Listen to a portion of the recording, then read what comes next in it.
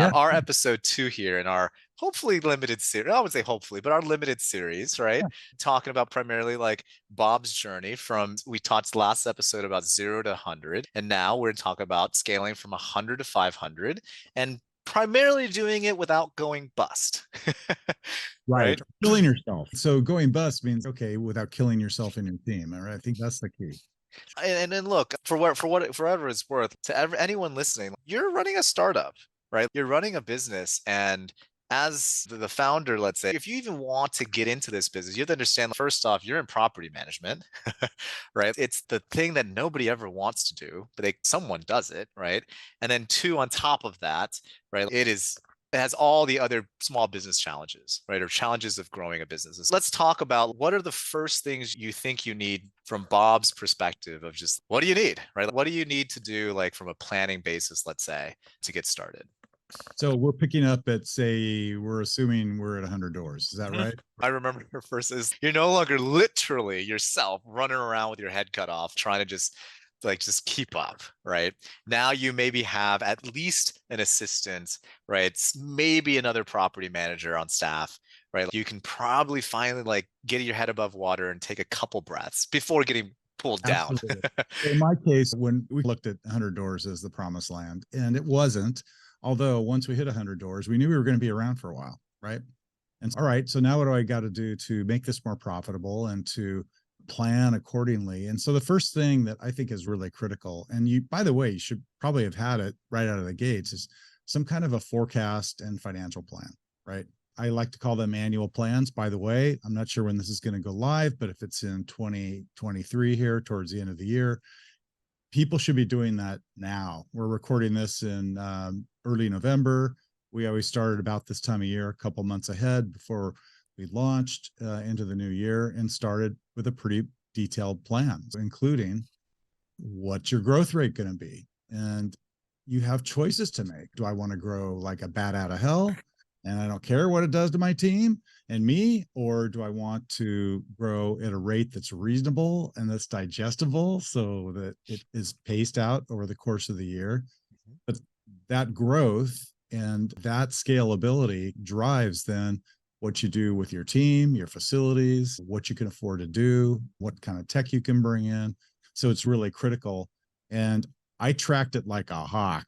I always wanted to be ahead of the curve. And every month, I would check it several times during the month, but every month, then you have to do what's the actual versus the forecast, and are we on model or are we not? And understand that. Because if Yeah. you're not tracking that kind of thing, then yeah, you're just letting shit happen. So That's not a way to scale. I'll be the first to admit, like going back to even when I was starting my company, right? If someone asked, if investors asked me for a forecast or pro forma, I always felt like I was just pulling shit out of my ass. Like I was like, A let me little just bit. dream up some random thing, put it on paper and send it. I actually think there's a pretty objective like milestone of when you probably have a better idea of what's going on in your business from a financial standpoint. I'd love to. I'll tell you what I think it is, and Sure. I'd love to riff on this, but I actually think business owners who actually know what the heck's going on are able to file their business taxes on time. Mm-hmm. Does that make sense? It does. I Right? always like Because if you are constantly having to file the extension, you're literally kicking the can down the road until literally 6 months later, which is October of every year. By the time you're in October and you're filing taxes for the prior year, and then you realize, oh shit, I actually lost money. What do you think just happened? You just wasted, not wasted, but you're now 10 months into the next year, right? correct. You're never going to catch up. I'm not saying having a solid financial plan and a forecast isn't important, but I do think a lot of people, right, a lot of business owners, they don't even know where to begin because they can't even file their taxes on time, let alone try to plan anything. Sure. I had models that I had used previously, and then there are also financial models that are available out there. Profit Right. Coach has one on the NARPM accounting standards. And we took that plus what I had from my past and we combined it and turned it into kind of a Uber forecasting model where we could put indoors, average rent rates. But to a certain point, Taylor, you're right. You're making this stuff up. Okay, what's our attrition rate going to be? Once we're at 100 doors, we do have some historical data, but you don't really know. It's a little bit of a crystal ball. what is our growth rate going to be? What did we achieve last year? We'd always kept it going at about 15, 20%. Okay, let's start with that. All right. And then what if we hire a business development manager? Right? That was at about 100 doors. Like, what, somebody who's dedicated, would that tick the door growth up? And then the door growth drives revenue. And then, of course, you have to fold in things like, I see a lot of people at that kind of 100 door size that aren't yet maximizing fees and aren't really tapping into ancillary income, ancillary revenue. So then hopefully they're working with a coach or somebody. I'm happy to play that role for a lot of my clients where, wow, we're missing out because we're not doing this, we're not doing this, we're not doing this. And so the pace of rolling those new programs also has to be planned out. Yeah. So that is really key. And that's the way you start to grow. And that's the way you start to scale. And then you start looking at it. How long is this going to take me to get to 300 doors, to 500 doors, to the point where you can say, okay, I'm really on my way, or the point where you can say, okay, now I'm happy. I'm just going to just go with this 300 Right. doors. There are a lot of business owners that I talk to who don't want to go greater than 300, 400 doors. They're perfectly happy at that stage. And there's Right. nothing wrong with that. Right. Yeah. Bob, I do think a very key also next milestone, at least from the accounting and understanding of your actual business, comes in this stage between 100 and 500 doors, which is a lot of people talk about unit economics, right? And maybe in our industry, maybe it should be like door economics. But I think a lot of people understand, oh, I make $100 a door or $300 a door in revenue. Um, But when it comes to the expense side, a lot of people don't actually understand, hey, that accountant you really for some reason really want to hire and have button chair, right? That's a fixed cost, but that's a cog, right? If they're spread across all the units, there's a cost to that, right? sure. And a lot of people aren't necessarily able to like understand that until they finally get to a certain size and they really start thinking about unit economics at that point, because that's where at that level you can really start saying, okay, if I add 50 units, right, like, what is it that I'm actually going to make here? Versus until you understand that, you, oh man, I know I can make the revenue, but how much am I actually going to make? I don't actually know.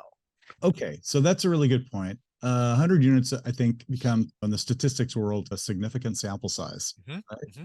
So you have a sample size that all of a sudden is meaningful. If you're talking about 10 properties, your sample size isn't enough to base a forecast on. At Right. 100 units, it is, because you have some historical reference of what are the expenses for this number of doors, where are we headed, what's our projected revenue going to be. But you're right, you can't do that alone without some other forms of metrics, or what a lot of people call key performance indicators, Hmm. KPIs. Hmm. Okay, you have to back it up by tracking those metrics or benchmarks, KPIs. There's tons of words for these kind of things, but you have to have some measurables along the way as well. So if you know that you're really hitting not only your forecast, but if you're hitting targets that make sense within the scope of the industry and what other people are doing. Now, my business was in Southern California, so our rents were really high, but so was our cost of living. So Right. my labor cost was always higher than somebody who's in other parts of the country where the cost of living isn't so high. Right. But it's still a ratio of your average revenue per property or something like that. Yeah, absolutely. And I think another point I wanted to make here, and you touched on this, is your forecast, a lot of times it's a guess, right? But I do think if you're constantly like coming back and reviewing how you're actually doing versus what the budget or what the forecast was, like the Mm-hmm. point is not whether you, because we're not publicly traded companies, right? It's not whether you hit the forecast or if you missed it and missed it by how much, it's why. If you missed it by 10%, why do you think you missed it by 10%? And then with all forecasts, I think this actually goes back to when I was talking about Renter's Warehouse, right? It's one thing to just say, I have no clue, but this is what I'm going to aim for. But it's a whole other thing to also then adjust the forecast throughout the year based on how you're actually doing.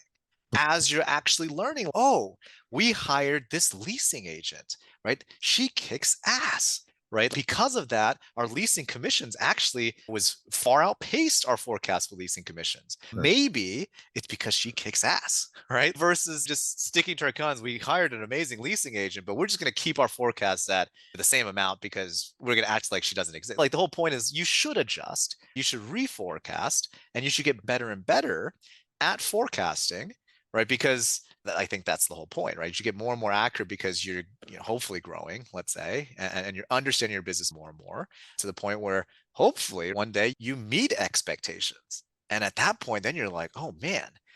Oh, for sure. Yeah. And I think I have a lot of conversations with property managers along this line. What's the difference between growth and scale? In my mind, there's a big difference. Oh Because yeah.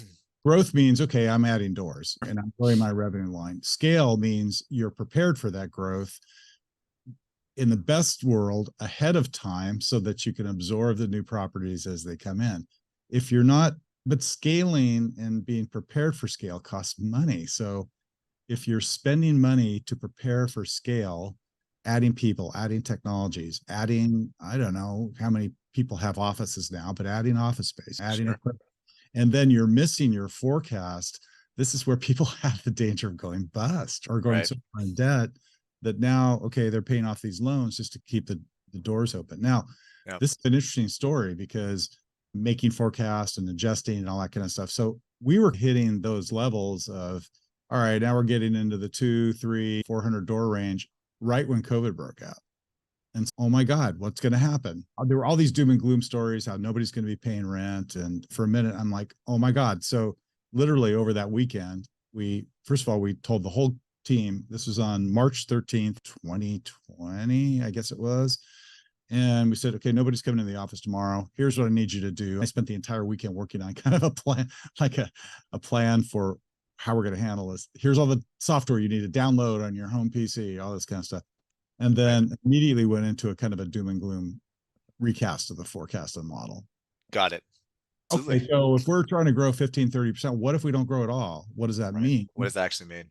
Can I keep all the people we have? Can I keep the office? Can I keep, so there was a period of about 18 months where we literally had two models, Taylor, and Yeah. we were trying to figure out which one would stick. Right. Fortunately, a lot of the doom and gloom never came through, and Right. we came out on top of it, maybe in some ways even healthier than when we went into it. Right. And it was probably because now you had the like more the doom and gloom conservative model, right? And Mm-hmm. it's okay, worst case with this model, we know we can keep the lights on, right? But we may not grow fantastic, but at least we know we can keep the lights on. And I think that our industry did experience some interesting times, right? And yeah, okay. I wanted to talk about this because you talked about paying off debt, right? Or making those debt payments. Let's go back to even before you even accrued that debt, right? If you're trying to plan for growth, right? You're trying to scale from or grow from 100 to 500 doors. What are the options for capital when it comes to a property management company? Because I feel like most property managers sub 200, you still don't have that much extra buffer in the bank to actually do much, right? You collect your management fees, you pay payroll, right? And depending on your payroll cycles, let's say you have two, right? A lot of times the management fees just covers the first payroll, and you got to make the rest in the next 2 weeks for like maintenance and other fees to then pay for the next payroll. It's like, what are the options, right? If I really want to grow and I have to invest in marketing and all these other things, what are my options as a property manager? That's a good question. We didn't have a ton of debt except in the early days. There's obviously credit cards. I think I had 5 or 6 I was using. No kidding, Yeah, but yeah, yeah. went away. And then along the line, I think there was a period of time where I had a credit line from my bank, Mhm. and that was fine. And we paid that off.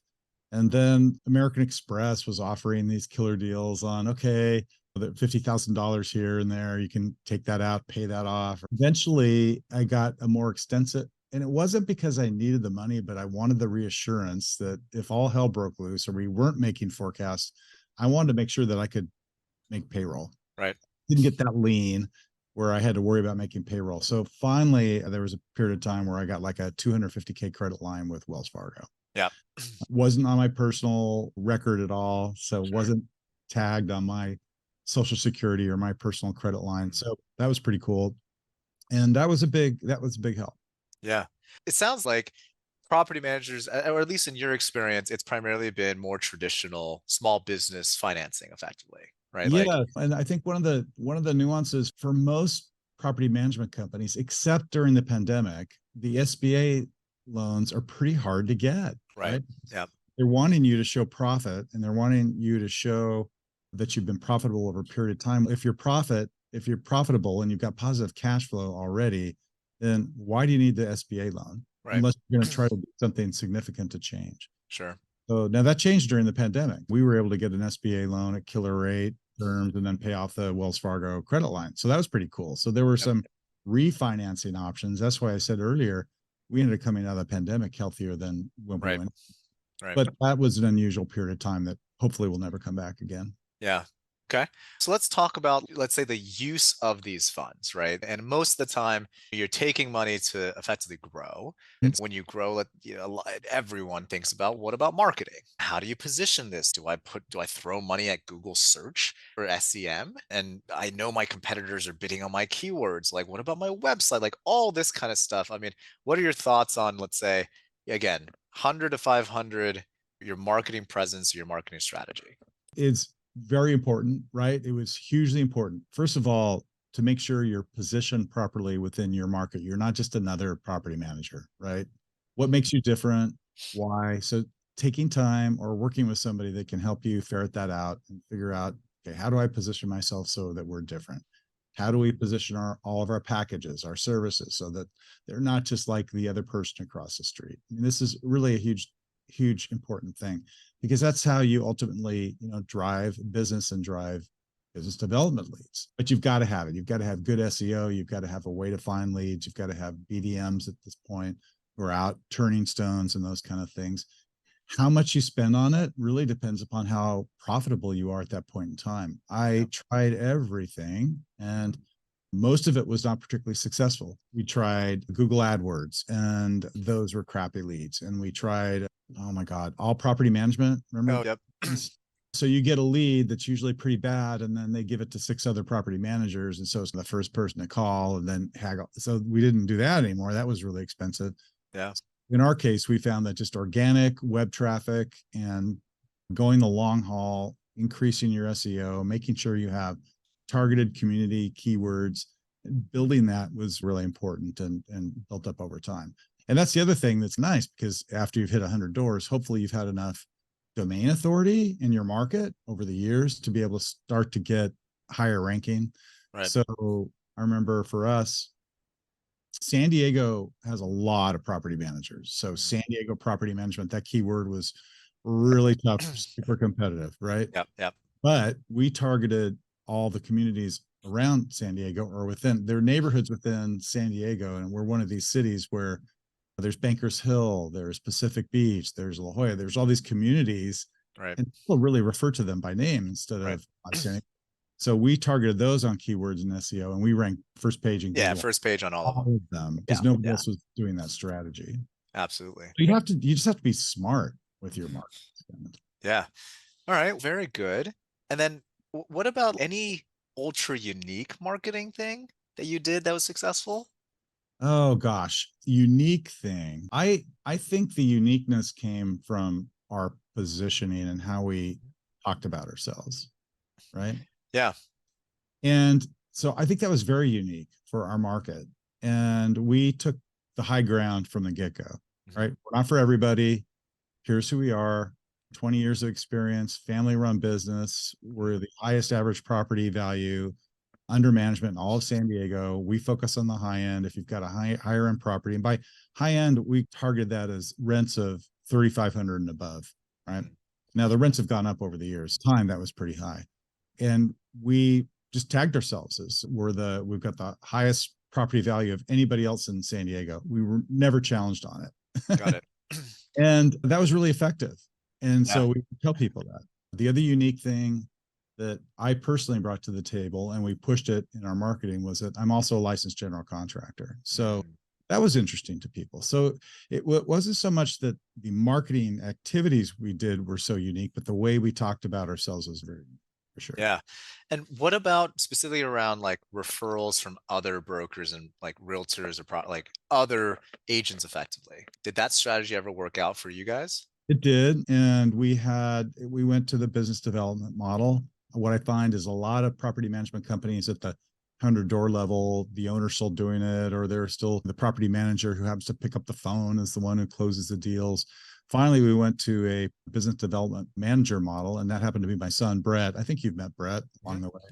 And he just killed it. Everybody liked him. And part of his strategy was going out to these caravan meetings that happen every Tuesday, hitting them all, buying some sponsorship time for $250 and some bagels and donuts. You get your 15-minute pitch or whatever to the whole group of realtors, and developed a pretty cool following. And we got a Yeah. lot of referrals that way as well. Interesting.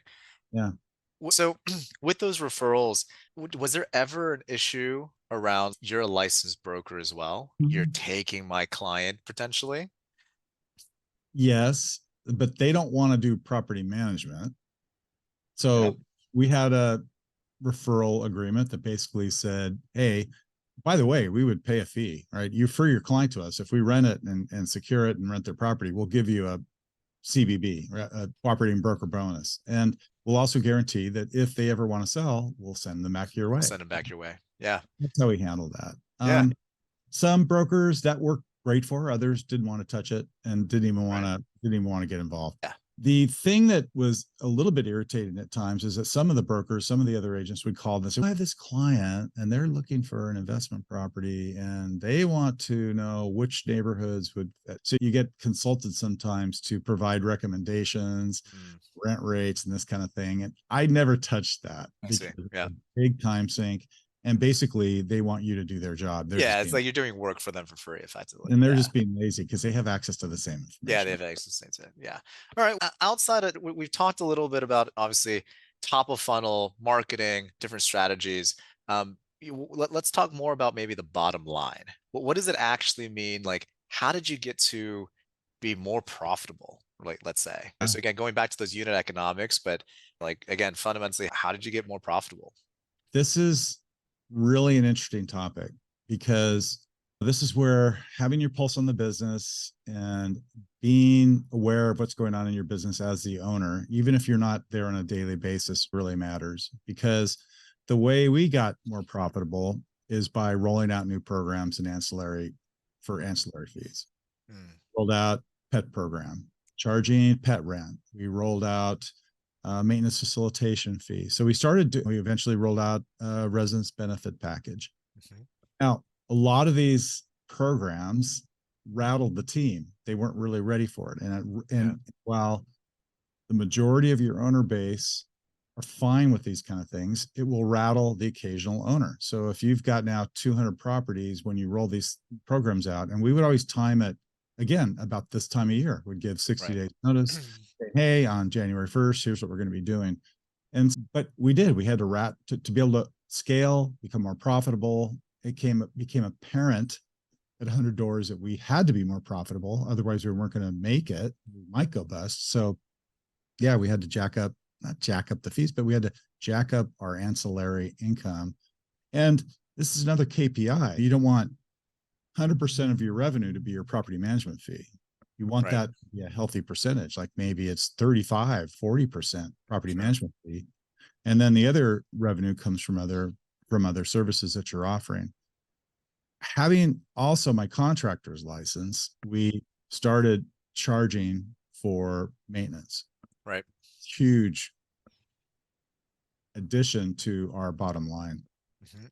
And I can vividly remember the time when I made that decision because for a while when we're starting up, I didn't want to get involved in maintenance and didn't Right. want to, I just wanted to get it in, get it out, get it done. And then I saw the amount of money that we were paying out to vendors. And I think it was when we were around 100 doors, it was like $350,000 for the course of the year. And I'm like, I want a piece of that. Yeah. Or at least because most of them are like around 30% margins. You're like Yeah, 30% on 350,000, that's 100 grand, right? that's Like right. I'd love an extra six figures in my pocket. I know, or in 10% or 5%, whatever. So I remember I set a target of what we want to do. I said, I want to make this year, I want to make $60,000 off of our maintenance program. Mhm. And we ended up killing it. We did Yeah. more than that. And it became, as it grew and people got used to it, it became a big chunk of our business. Now, I did it a very unique way because I'm a licensed general contractor. We had a sister company that became our primary maintenance organization. And so it was a way for us to, provide markup onto our maintenance items. Yeah. Huge benefit, right? Now, the key here too is that you can't change everything overnight, or you are really going to tick off some potential clients. So we rolled things out over the period of time. But knowing what works, knowing what other property managers are doing, working with someone who's a coach who can help those kind of things, that was really key. The other thing was on the expense side, Taylor, like going to the remote employee virtual assistant model is also huge for us. I know that's become a much bigger thing than it was when I was going through this. So hopefully a lot of people who are listening to this are like, that's nothing new. Right. It's not. And that's a good thing. And there are a lot of companies through which you can get remote employees now from all over the world. And they're Yep. super talented people. And that's just that's the way the market works. You got to go there. Right? No, absolutely. And I think at the last at NARPM in Atlanta, I think we counted 18 virtual assistant remote hiring, talent sourcing companies or vendors out there. And look, for what it's worth, even APM, we're technically speaking like we offshore as well. It's just our clients don't ever have to deal with hiring, training, finding that person, but like we're providing a service, right? And at the end of the day, we also leverage cheaper labor, let's say, that although they're cheaper per se, but they're extremely hardworking, extremely loyal, and I put them in the category of great value, right? Like we're happy to invest in them because we know they have staying power, and like an extra couple $100 a month for them is life changing, For sure. versus a couple $100 these days in America. Like shit, I remember going to Vegas for a conference and it's $80 for an alcoholic drink, like a beer, I know. right? It's $80 doesn't even get you a beer in America anymore, right? Whereas like $80 is life changing for other people, right? Now, obviously, it's $80 a month, not just one time, but yeah, it's significantly different. Yeah. And then the other thing is what, so we're talking about pretty big items here. We're talking Mhm, about people cost. We're talking about program, introducing new programs, growth rate. mhm. The other thing that I would always do is take a fine tooth comb look at expenses Sure. throughout the entire P&L. And because there's in every year, I think I had the business, there was always some form of expense creep, some kind. Yeah. And you threw out, oh, Google AdWords, right? Hey, is this really producing? Or hey, let's try this technology. Let's subscribe to this particular app. And then it's really easy to be going boom. And all of a sudden you're spending $400 or $500 a month on stuff that you're no longer using. And if you're not tracking it, then you're hurting your bottom line. So I put myself through an exercise every year that was the push to cut 15% from the budget, from the cost line every single Interesting. year, Yeah. right? Push to 15, cut to 15. And so little things, we had Spectrum, calling up Spectrum and saying, hey, I want to renegotiate my broadband. And it seems every year those programs you get more bandwidth for less money, right? So boom, okay, well, you just saved $100 a month right there. That's $1,200 a year. Yeah. That's No, a VA. absolutely. That's that could hire a VA, right? Yeah. Or I changed from our VoIP provider which was pretty expensive, over to Zoom phones. And Zoom said, okay, how long do you still have on that other contract or whatever? And anyway, long story short, Zoom gave me 24 months for free. Wow. Okay. And then it Uh, didn't cost me anything to get out of the other fact. So oh, there are got it. things like that are out there that you should be watching for. But Yeah. it wasn't like I could give that to somebody else because the team. So I had to dive in and make that happen myself. But I enjoyed the challenge. So, Bob, I'm going to ask you an extremely difficult question because Yeah. every single business owner, guaranteed, especially around this time of year, gets asked this, right? Inevitably, as costs increase, as you want to decrease your costs, your expenses, employees' costs are rising, right? Your employees are always going to come and ask for more money. But as a business owner myself, it's we may not have actually improved, or we may not have actually your revenue or your efforts, nothing's really changed, right? So can I justify an extra 5, 10%? What Right. happens in those situations? Because this happens every year, literally on the dot, every year, right around this time, everyone's coming and asking for a raise. It does. And this, we're getting into now company culture and what type of workplace do you want for your people? Because making these types of decisions is, you have to do some soul searching, right? So for me, fortunately, we got to a point where we could afford to do annual increases and associated with the cost of living, the CPI. But we got to the point where we started doing that pretty much every single year. And then everything else was more increases based on merit. Got it. So Based on merit. that's what we started going to. The only year we didn't do that was during COVID because I just said, hey, I can't predict what's going to happen, but Sure. I guarantee you, you've got a job.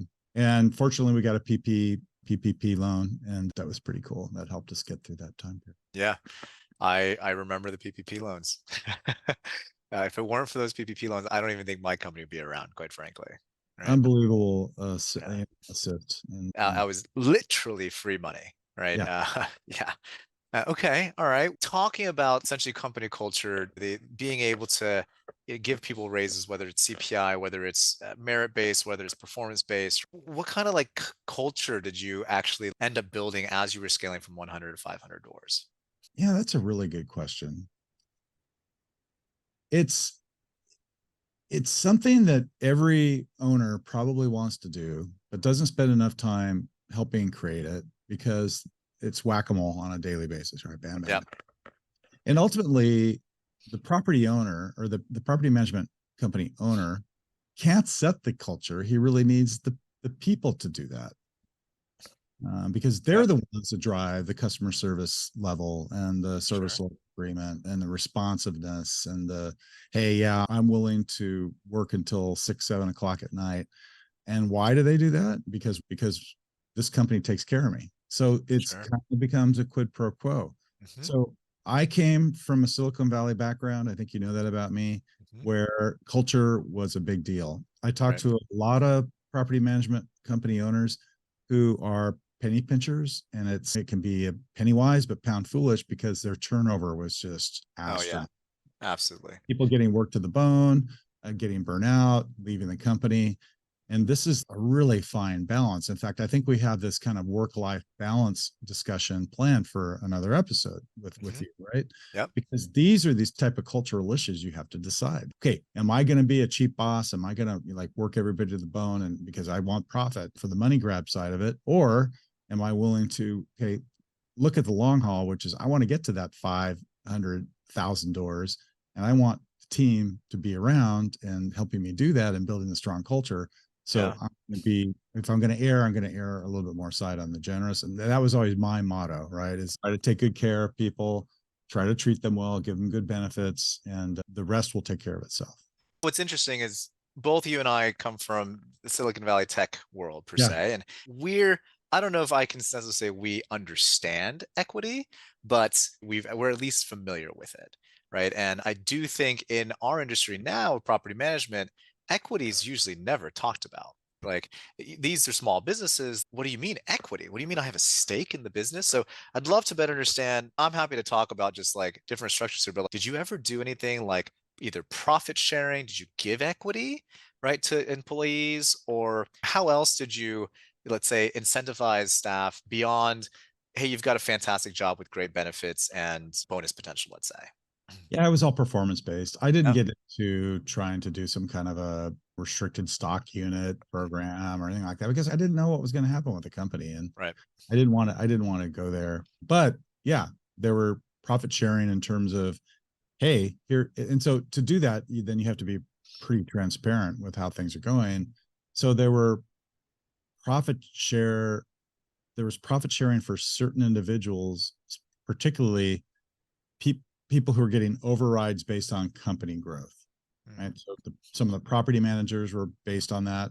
Okay, if we continue to grow and that leads to this amount of property management fee and all based on KPIs, right? mhm, mhm. And if you like hit these targets of your KPIs, then you'll share at this percentage. If you only hit 50% of those goals, then you share at a lower percentage. The leasing team and people like that were typically based on leasing commissions, Mhm. things like that. So everybody in the company had some kind of a plan that they were on. Yeah. That's how we kept people motivated. And yeah, people were very, very happy. And we had little turnover. The only turnover we had was bad apples who came in and just were Sure. bad cultural fits overall. Probably would Yeah. have been a bad apple at any company they went to. It just happened to be that they fooled me and we hired them. So Yeah. that's the key is making sure you have the right people because the good people will help you build your culture. Absolutely.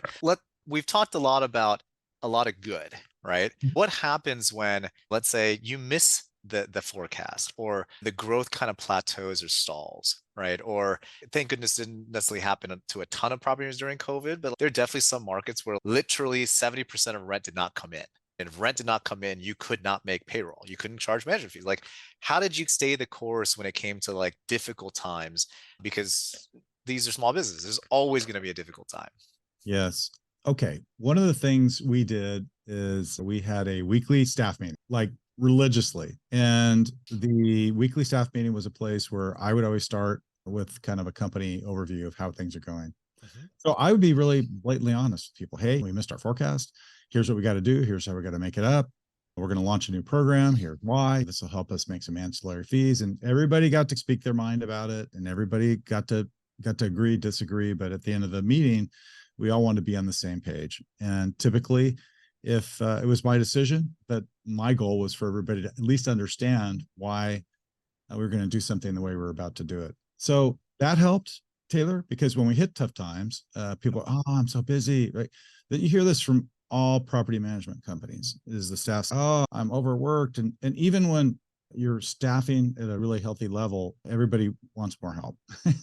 Right? And so no, we can't do that, right? Here's what we got to do. We got to get to this mark. So if you can share those targets, and if you have a company forecast that you can make everybody aware of, and oh, the other thing along the way is I implemented the EOS system, entrepreneurial operating system. So that was pretty helpful because everybody had their own rocks, and so did the company, and I had mine, and we could quarterly basis report on where we stood as a company. And Yeah. people got to the point where they understood also, hey, if we're not making our goals, they're called rocks in vernacular. If we're not hitting our rocks and we're not hitting these targets, then okay, then don't expect things to change. Don't expect to get a Sure. raise. Don't expect all these other things. Oh, and there were some tough times. And then sometimes we had to bail out on certain processes or ways of doing things that was causing our delay and being able to progress.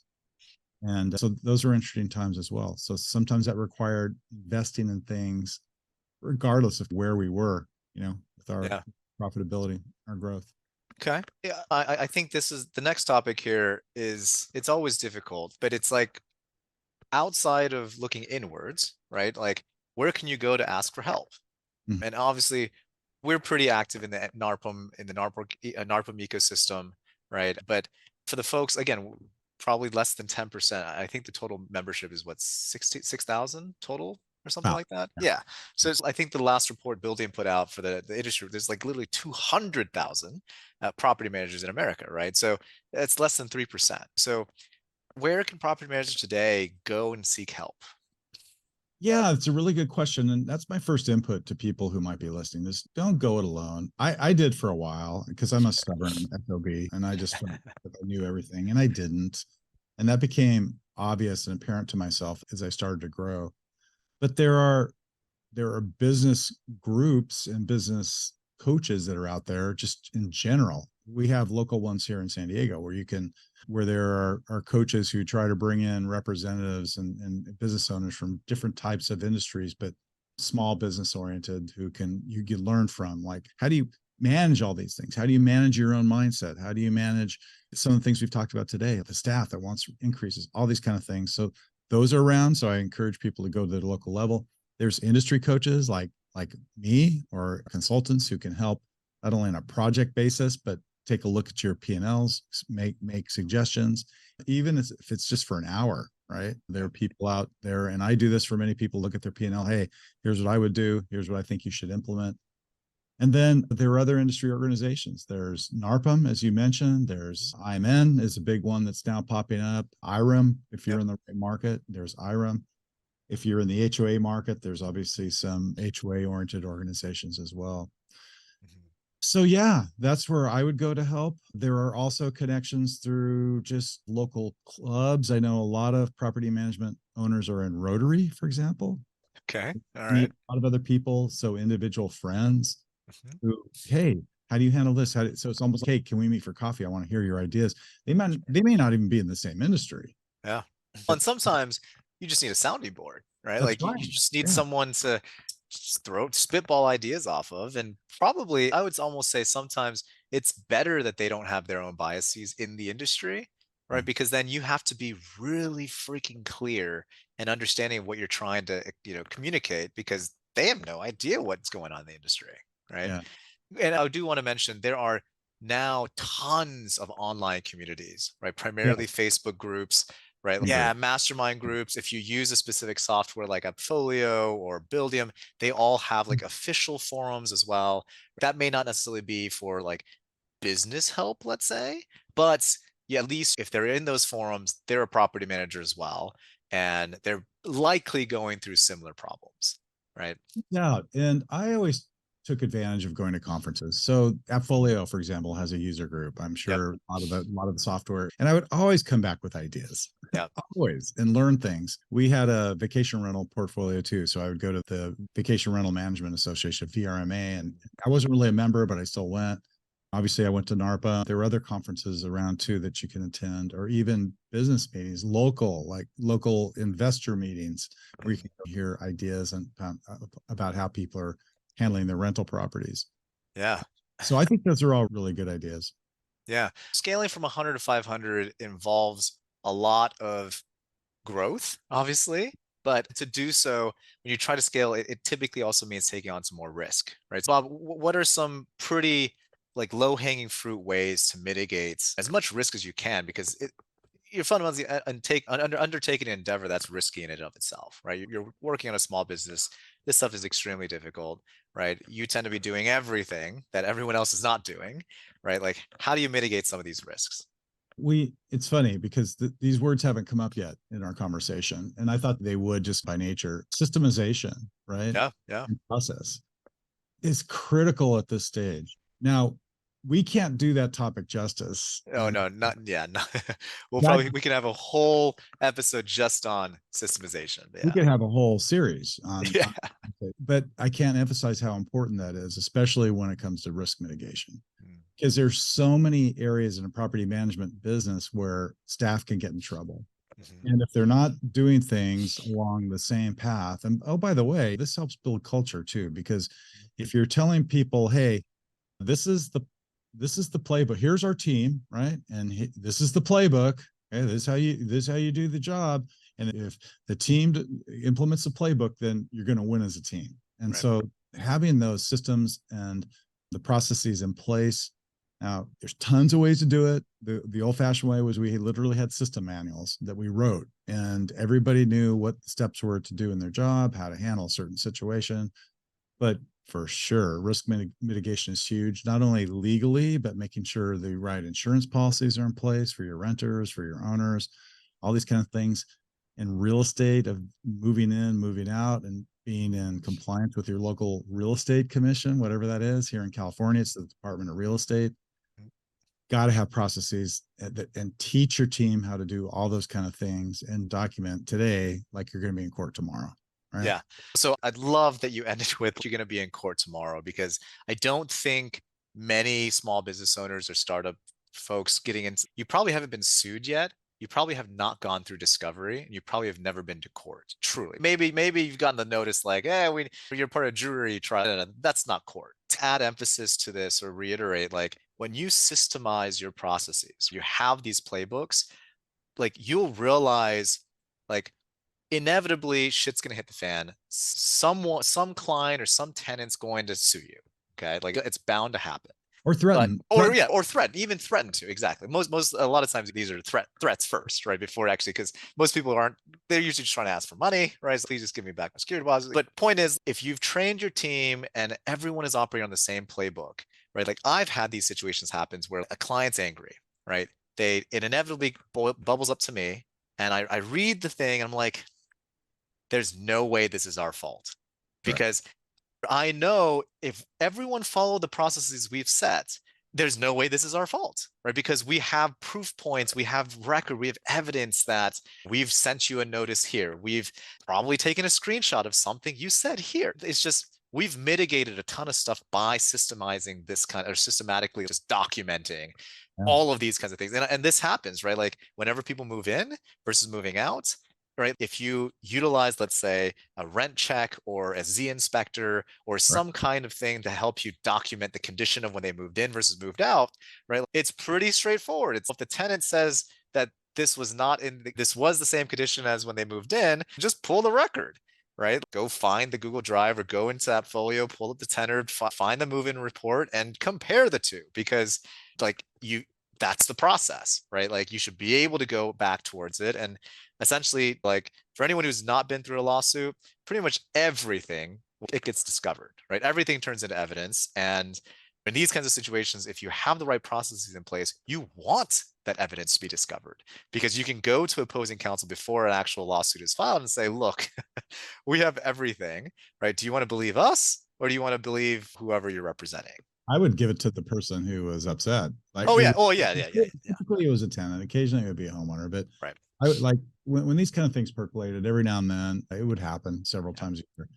And typically I didn't want my staff. First of all, I didn't want them burning their cycles on it. So I would typically take it on. Now, I got my business to the point where it was pretty much running on its own. But if I heard about something that required escalation, I would typically do that. First of all, because I can stand up to pretty much, I'm a big guy, I mean, a big boy. I can take the pressure, I can take the heat, and I can stand up to just about anybody. And I would say, okay, here's my position, here's all the documentation. Hey, Yeah. if you want to sue us, your prerogative. And Your prerogative. almost always they would just either go away or say, oh, okay. Yeah. The one mistake that I see a lot of companies making, and as this, I talk to a lot of property management companies, is splitting hairs over minutia. There comes a point where it's really not worth it. My time is worth a lot of money, so even for me to sit down and take 2 or 3 hours to review all the documentation, another hour to carefully craft a letter or an email, send it out, some back and forth. You're several hours into it. So if it's arguing over a few $100s or something, you save yourself more money just by saying, sure, here you go. Yeah. In the interest of moving on, here, I'm going to give you that. The carpet cleaning that you thought was charged inappropriately, I'm going to give that back to you or something like that. So Yeah. I'm a big believer in that. And I think to add one of my own personal kind of stories here, I think it was a confidential settlement, so maybe I can't talk about too many details, but there's a reason why you pay for insurance. And I distinctly remember there was we were sued. Essentially, insurance counsel told us, look, 99.9% of this goes to trial, we're going to win. But the cost to get to the trial wasn't worth it for the insurance, essentially, or for the company. And Not the to mention amount of the personal wear and tear on. oh no, exactly. Like the Yeah. time, the personal resources, like the brain power, just like having to go find and do serve discovery, all this kind, it just was not worth it. So what was crazy was, and objectively, like I made the objective business decision, which was, okay, insurance, you want to settle this, you're willing to pay for it, right? Even though it's not our fault, right? Okay, fine. Our insurance company was like, we'll gladly pay, we'll gladly write a check to make the problem go away, right? Mhm. And I think in that moment, because I had spent, because unfortunately in this scenario, our insurance counsel was not good, so we had to pay our own counsel to almost like double check everything that they were doing. I was in it probably like 200 grand at this Wow. point. And at Wow. that point, I was like from the principled person standpoint, I was like, no freaking way are we settling this. We're going to take this all the way and recoup our costs. But after just being dragged through the process, I was like, I don't want to spend a single minute thinking about this ever again. Not at You're all. willing to write the check, make the problem go away, I right? think it's so important, Taylor, that people really understand their insurance policies. Yeah. My experience with insurance brokers is that, here you go, here's your insurance. Wait a minute, what does this cover? You really need Yeah. to take the time to understand that. And you should have a insurance broker who is willing to take the time to explain that to you, or an agent, or whoever you have. Yeah. Because a lot of people I talk to, they don't even know the difference between general liability and Yeah. Professional they don't liability. really know. Okay, Yeah. which, if something happens, which one comes through, right? They don't even know Right. that. And then there's other forms of liability, employment liability, and all these. Mm-hmm. I was always very cautious, very conservative, probably was overpaying for insurance, but I want to make darn sure that you're protected. Yeah. Let's talk briefly about the types of insurances that a property management company needs, right? Sure. Because I don't think a lot of people, or not, I don't think, I'm sure there's plenty of people who'd be like, oh crap, I need to go get that. But most states mandate you have to have at least E&O insurance. So what is E&O insurance, Bob? It's professional liability. It's So that's professional liability. Yep. errors and omissions. If somebody on your team does something boneheaded and screws up, it protects you from those particular errors. If a tenant comes back and says, hey, I've been harmed by your staff member, or something that you did or didn't do, or a property owner client says, that's what protects. Yeah. Now, General liability is more yeah. like, hey, somebody slips and hurts themselves, or somebody gets injured. Then, of course, there's auto insurance, all those kind of things, right? Unowned auto insurance means that, hey, I don't own the car.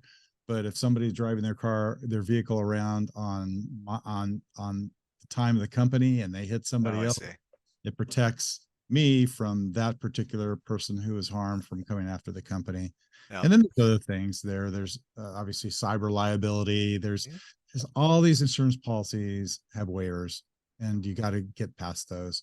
Yeah. I think one of the important ones, and it's not cheap, but it's the employment liability. I think Employment liability. Yeah. a lot of property management companies don't have that. Mhm. They don't think they need it. And maybe that's true, but oh my gosh, talk about something that would be super time consuming if somebody came back and claimed wrongful termination or Yeah. something.